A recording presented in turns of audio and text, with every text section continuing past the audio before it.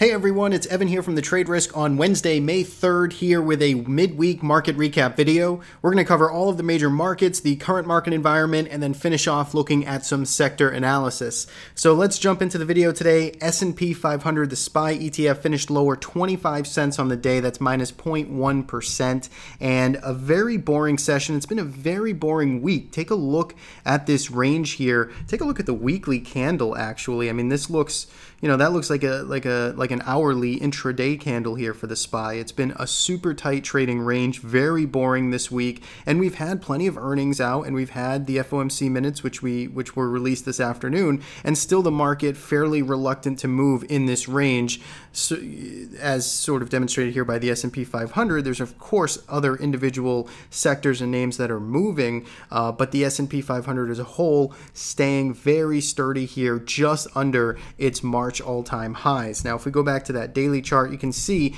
we're waiting for this 1 point resolve here. 238 is the lower end of that range. That's the support level, and we were breaking below it intraday today, but buyers did step in or sellers dried up, and we really didn't get any meaningful follow through. We couldn't close below there. We really didn't even fill this gap here from back on Tuesday, the 25th of April. So buyers kind of stepped in here, support held, and we bounced back into the middle of this range. And again, 238 on the downside, 237.80 if you want to be exact, and then on the upside you're looking at about 239 and a quarter, 239 or so. Those are your goalposts. You're waiting to get that breakout in one direction or the other. Price action is tight here over the past now 6 trading days, actually 7 trading days in this range. So there's lots of pent up kind of energy supply in here, and we should be paying attention to the resolve of this immediate range.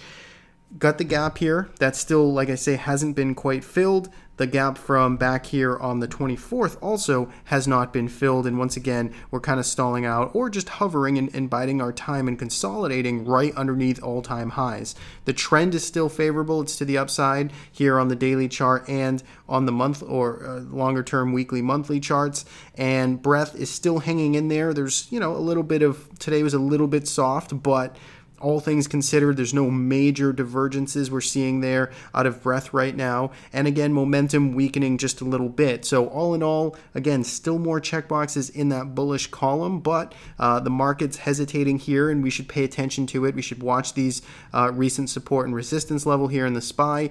Once we break out and move out of this range, that should start to dictate the direction for the next couple of days or so. So we want to pay attention to that into the end of the week. We're going to see if we can get a break one way or the other. And again, the VIX we saw traded at a 9 handle yesterday, I believe.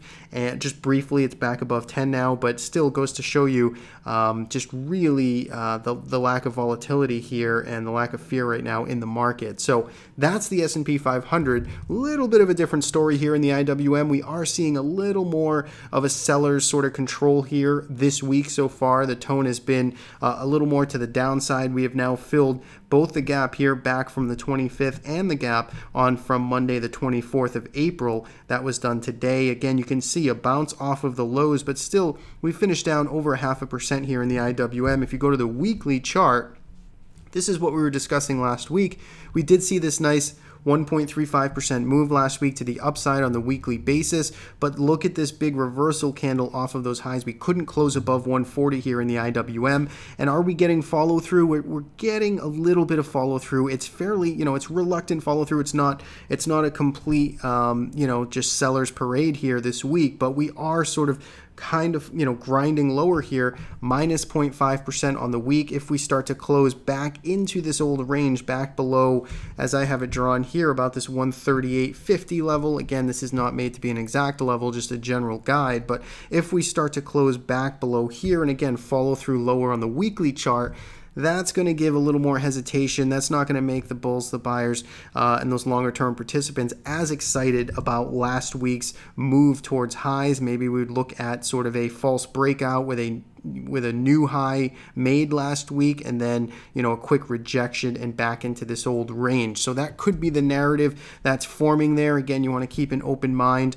For now, you could call this a retest, a gap fill, testing the 20 period. So still kind of mixed territory here, but the IWM certainly lagging here on the week right now, and then the NASDAQ 100 really just doing all the work and just continuing to sort of plow higher here, while the S&P 500 remains stagnant, and then the IWM is pulling back a bit. You get the Qs off of highs today, but just by minus 0.3%, effectively been making new highs ever since breaking out last week above this 132.50 level back here just about 6 or 8 days ago. So that is the wrap up there.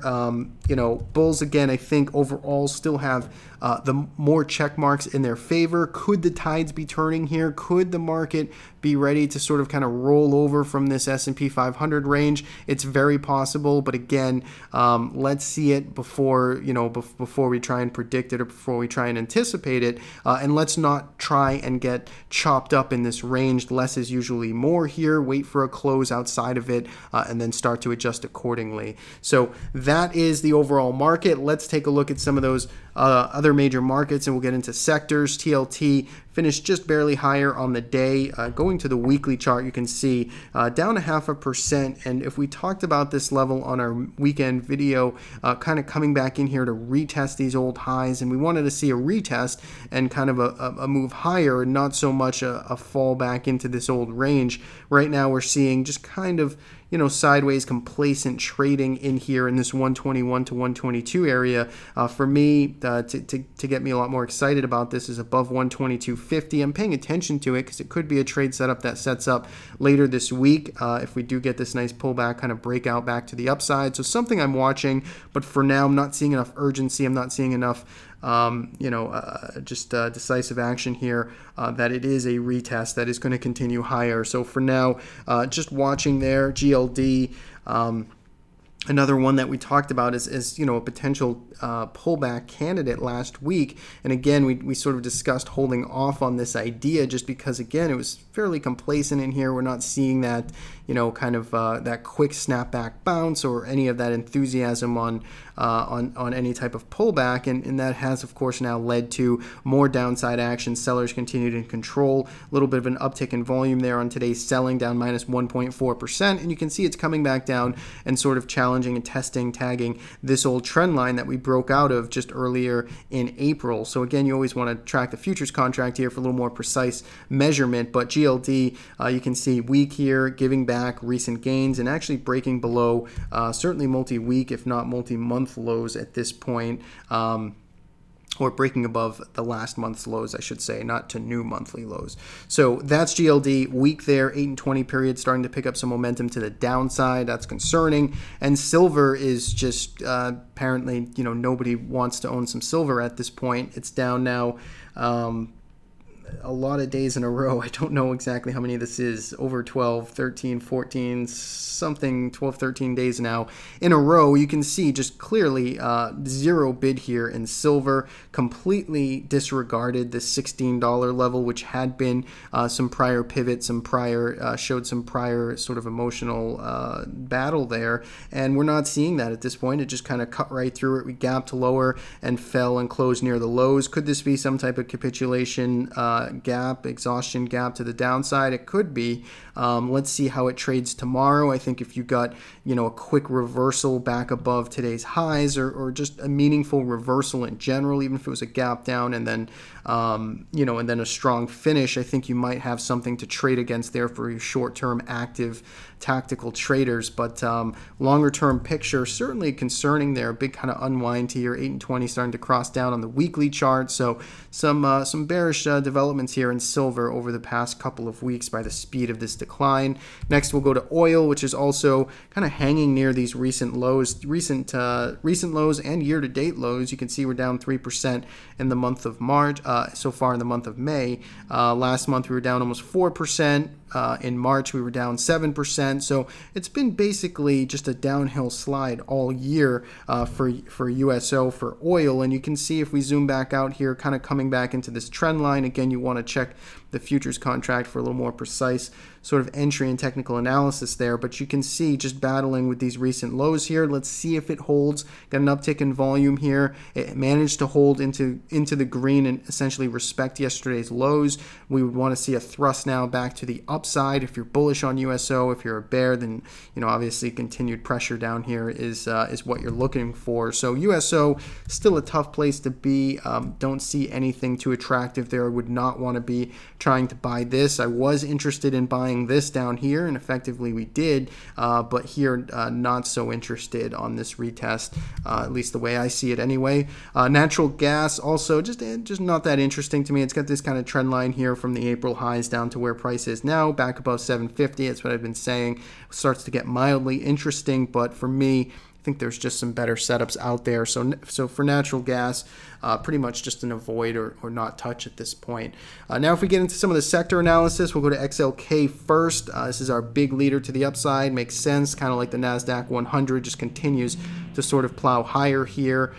No sign of concern. Momentum's there. Trend is strong. Everything looks pretty good, and we've had a lot of those names report earnings this week, and that's a good sign, getting that positive reaction. We're not seeing a sell-off from overbought conditions. We're hanging up there. So XLK continues to remain leadership. Semiconductors, almost equally as strong. You can see not quite trending to all-time highs, kind of consolidating. We've had some mixed reports here in the semiconductor space, so you got to be a little more selective, but still a overall market leader for the past many months, arguably years at this point. So semiconductors still holding up near highs, really tough just to break them down at this point. You have this recent consolidation. If we started to break below there and this trend line once again, maybe we would have another sort of rollover attempt.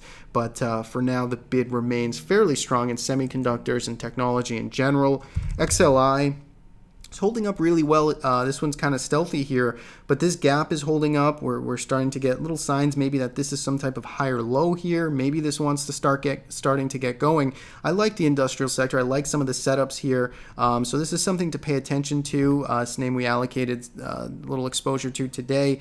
Not the sector ETF, but some of the names in here. So XLI, I do like that as a potential kind of rotational candidate, or at least some outperformance here for the next couple of days or weeks.